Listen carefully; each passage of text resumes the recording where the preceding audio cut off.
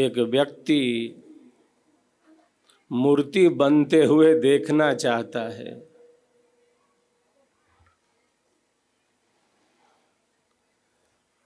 मूर्ति कैसे बनाई जाती है वो देखना चाहता है।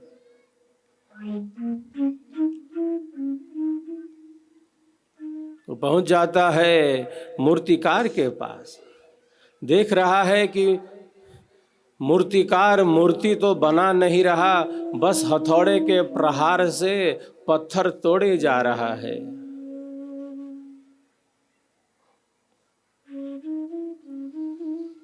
आप मूर्ति कब बनाओगे? मैं मूर्ति बनते हुए देखना चाहता हूं। आप तो मूर्ति बना नहीं रहे, आप बस पत्थर तोड़े जा रहे हो हथौड़े के प्रहार से। मैं तो मूर्ति बनते हुए देखना चाहता हूं। जो आत्म कल्याण में उपयोगी विचार हैं, जो हमारे आत्म कल्याण में उपयोगी विचार हैं, उन विचारों के साथ गतिमान होते ही, सेवा के वास्तविक स्वरूप को समझते ही, सत्संग में और साधना में स्थिर होते ही हमारे भीतर जो परम प्रभु परमात्मा की मूर्ति है वह तो प्रत्यक्ष हो जाती है, प्रकट हो जाती है। हम सबके भीतर अनंत शक्ति है, कोई हीनता ना हो, कोई हताशा ना हो, कोई निराशा ना हो, कोई कुंठा ना हो, अवसाद ना हो। परमात्मा आनंदमय है, आनंद ही आनंद है, प्रेममय है, शांतिमय है। जहाँ प्रेम का विकास है, जहाँ सहजता है, जहाँ सरसता है, जहाँ सरलता है, जहाँ स्वाभाविकता है, जहाँ गंभीरता है, जहाँ वस्तु का वास्तविक प्रत्यक्ष है, वहीं पर अध्यात्म है, वहीं पर परम प्रभु परमात्मा है, जो आनंदमय है, जो शांतिमय है, जो परम प्रकाश स्वरूप है। वह परम प्रकाश स्वरूप परमात्मा हम सब के भीतर, आत्मा के भीतर अंतरात्मा रूप से ही तो स्थित है, सच्चिदानंद स्वरूप से ही स्थित है। हम सबका जीवन आनंददायी बने, इसीलिए ब्रह्म विद्या की धारा है, ये विहंगम योग है, स्वर वेद है, सिद्धांत है, ये साधना है, ये सेवा भाव है। सभी एक दूसरे के उत्साहवर्धन में तालियों की गड़गड़ाहट कर रहे हैं। मैं बराबर कहता रहता हूं, अध्यात्म में प्रश्न नहीं होते, उत्तर नहीं दिया जाता, उत्तर देकर शांत नहीं किया जाता। अध्यात्म में जिज्ञासा होती है। शिष्य अपने कल्याण की जिज्ञासा करता है, शिष्य को यह पूर्ण अधिकार है, वह अपनी जिज्ञासा प्रकट करे। शिष्य के अंदर जिज्ञासा का अभाव न हो, जिज्ञासु श्रेष्ठ भक्त है। जिज्ञासा का अभाव न हो, उसके भीतर जिज्ञासु का भाव हो, जिज्ञासा हो। अध्यात्म के प्रति, स्वरवेद के प्रति, विहंगम योग के ज्ञान के प्रति, इस सिद्धांत के प्रति जिज्ञासा हो।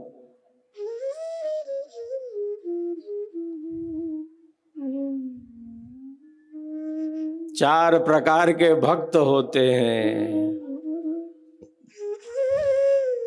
प्रथम जो भक्त है वो आर्त है, वो आर्त है।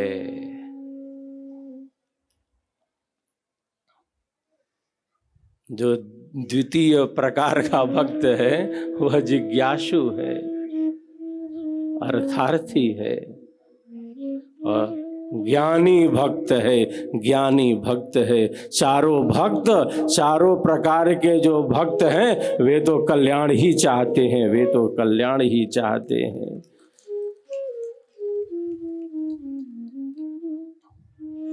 किसी की संसार में आसक्ति ज्यादा है, इन भोगों में, इन पदार्थों में, इन संबंधों में, बाहर की परिस्थितियों में आसक्ति ज्यादा है।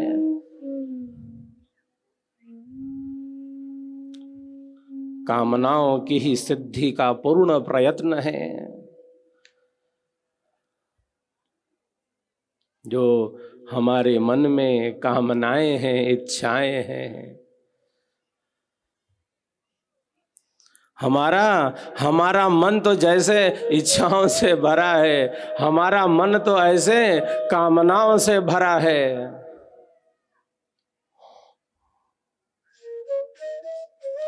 मैं बराबर कहता रहता हूँ, जो श्रेष्ठ कामनाएं हैं, जो शुभ कामनाएं हैं अपने घर परिवार के लिए, समाज के लिए, जो हमारे मन में शुभ कामनाएं हैं, सद इच्छाएं हैं, उन कामनाओं की, उन शुभ इच्छाओं की तो अवश्य ही पूर्ति होनी चाहिए, अवश्य ही पूर्ति होनी चाहिए। क्योंकि दुखी को और दुखी नहीं बना सकते।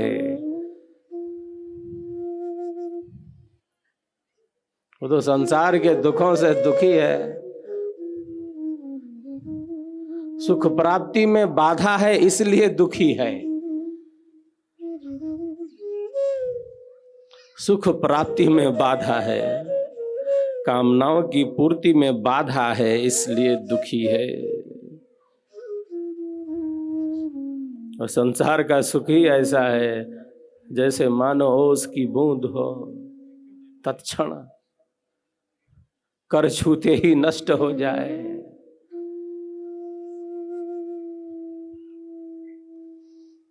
लेकिन हमारी लिप्सा इसमें बहुत है। बहुत बार प्रारब्ध के कारण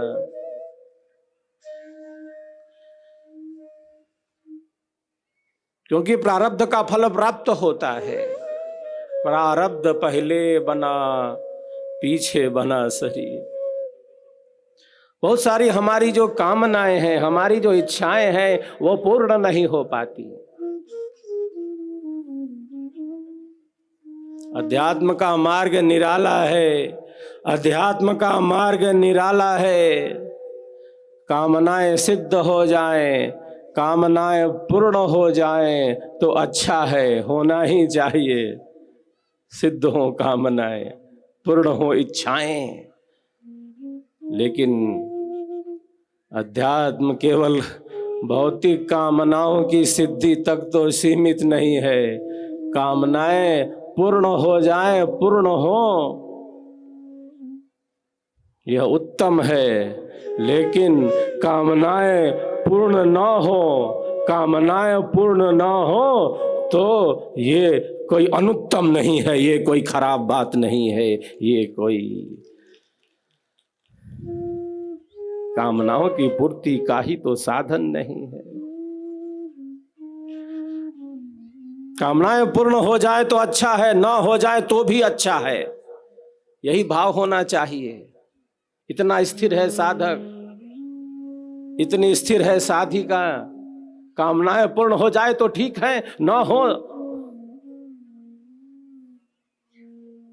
तो उसके भक्ति भाव में, उसके प्रेम भाव में कोई न्यूनता नहीं है। उसका समर्पण भाव, उसका सेवा भाव, उसका श्रद्धा भाव कभी कम नहीं है।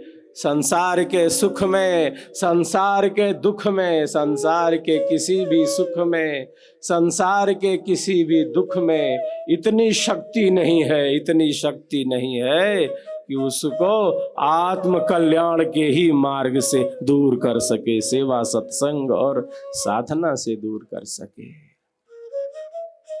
ऋषि कहते हैं क्या कहते हैं ऋषि? कहते हैं यह मार्ग ऐसा है जैसे मानो तलवार पर चलने के समान हो। इतना सहज है यह मार्ग। छुरस्य धारा निशिता दुरत्यया, छुरस्य धारा निशिता दुरत्यया, दुर्गम पथस तत्कवयो वदंती। यह मार्ग ऐसा है, कैसा है यह मार्ग? जैसे मानो तलवार पर चलने के समान हो।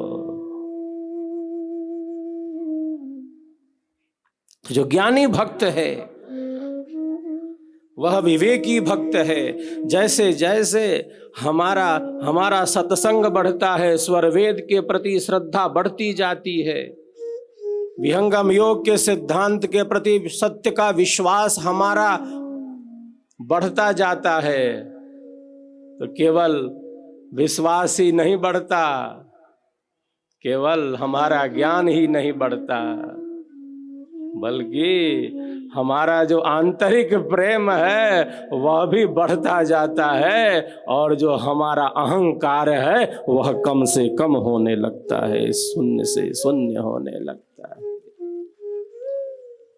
क्योंकि सेवा का अर्थ है अहंकार शून्यता।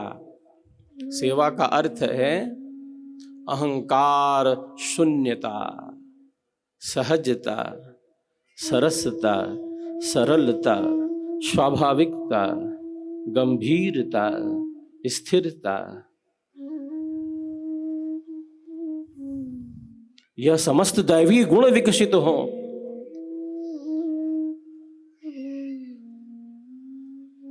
अभिमान जीवन के पतन का कारण है। निराभिमानी सरल स्नेह युक्त जीवन ही अध्यात्म के ऊंचे पथ पर ले जाता है। अध्यात्म में इसीलिए सहजता का, सरसता का, सरलता का, स्वाभाविकता का ही संदेश है। मन की तरंग मार लो, बस हो गया भजन। कितनी तरंगे हैं।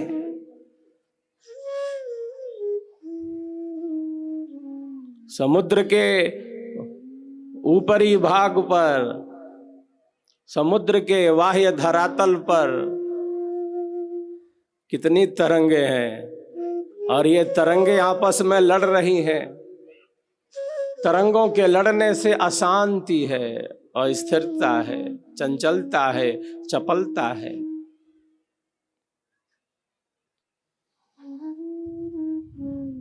समुद्र के बाह्य धरातल पर तरंगों के लड़ने से अशांति है, अस्थिरता है, चंचलता है, चपलता है। तरंगे लड़ रही हैं, मैं तू यह वह, मेरा तेरा।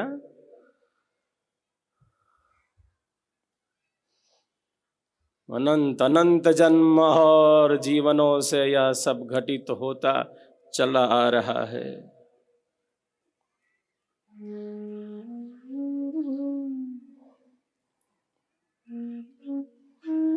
राग और द्वेष, राग और द्वेष साधक के सामने प्रमुख बाधाएं हैं। अविद्या मूल में है उनकी, जो घोर आसक्ति है संसार के प्रति, जो बारंबार केवल और केवल संसार के सुखों को प्राप्त करने की उत्कंठा है, अभिलाषा है, वह राग है।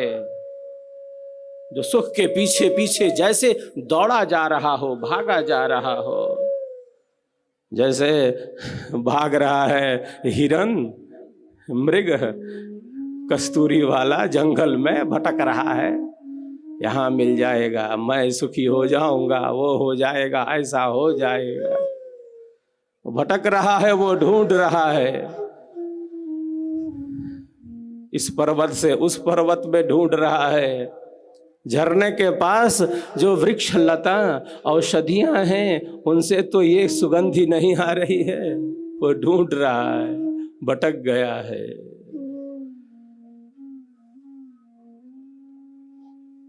सुगंधि तो उसी के भीतर है, आनंद का स्रोत तो हमारे भीतर है, शांति का समुद्र तो हमारे भीतर है। अनुभव कहाँ है? कौन हूं मैं, कौन हूं मैं, कहाँ से आया, क्या कर रहा और जाना कहाँ है, लक्ष्य क्या है। ये चार बातें बड़ी महत्वपूर्ण हैं। कौन हूं मैं, कहाँ से आया, क्या कर रहा और जाना कहाँ है, लक्ष्य क्या है। इस विवेक ज्ञान से एक साधक और साधिका विहंगम योगी कभी अलग नहीं होते, कभी दूर नहीं होते।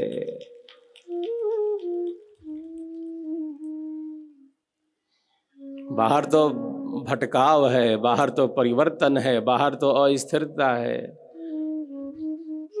जिसका आत्मबल कमजोर है, बाहर की थोड़ी बदलती हुई परिस्थिति भीतर से उसको झकझोर देती है। बाहर थोड़ा हिला है तो भीतर जैसे भूकंप आ गया हो। इतनी अशांति, इतनी अस्थिरता, इतनी चंचलता, इतनी अविवेक पूर्णता। बाहर थोड़ा हिला है अभी, भीतर जैसे मानो भूकंप आ गया हो। थोड़ी हवा का स्पर्श हुआ है और पीपल का पत्ता कितनी तीव्रता से हिलने डुलने लगा है। तनिक हवा के स्पर्श से पीपल का पत्ता जैसे मानो आंधी आ गई हो। इसीलिए वस्तु का वास्तविक प्रत्यक्ष, जो वस्तु जैसा रहे तैसा वाको जान, रूप बोध निर्भ्रांत है संशयहीन सज्ञान। ज्ञान का अभाव अविद्या नहीं, बल्कि मिथ्या ज्ञान, विपरीत ज्ञान। इसी को अविद्या कहते हैं, जिसकी जड़ें बड़ी मजबूत हैं। दुखों के मूल में वही है। राग द्वेष साधक और साधिकाओं के सामने बड़ी बाधा है। द्वेष जो दुख का अनुवर्ती हो, जो दुख के पीछे पीछे चले।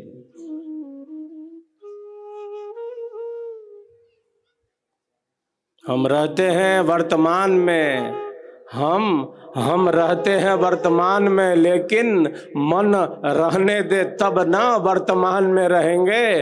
मन ले जाता है भूत में, जो अतीत है, जो अतीत है, जो व्यतीत है। अभी नहीं है वो, अभी यहाँ नहीं है, वो बीत चुका है, अभी नहीं है। जो अतीत है वह व्यतीत है, जो भविष्य है वो अनागत है, वह भी अभी नहीं है। मन कहाँ रहने देता है, वह तो ले जा रहा है। अतीत जो व्यतीत है उन अनुभवों में ले जा रहा है। जो भविष्य है अनागत है, भविष्य की कल्पनाओं में, इच्छाओं में, वासनाओं में बहाए जा रहा है। जैसे हमारी शक्ति बिखर रही हो, बाहर जा रही हो। अतीत में, व्यतीत में, भविष्य में, अनागत में हमारी आत्म शक्ति बिखर रही हो, बही जा रही हो, बही जा रही हो वो शक्ति।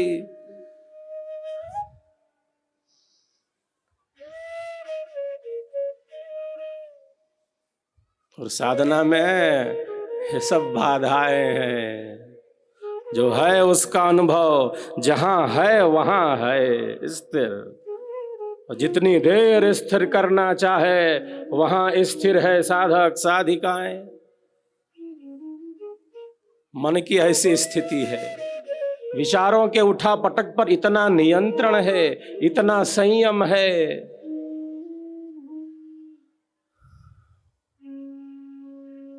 क्योंकि हमारे भीतर ही है शांति, हमारे भीतर ही है आनंद।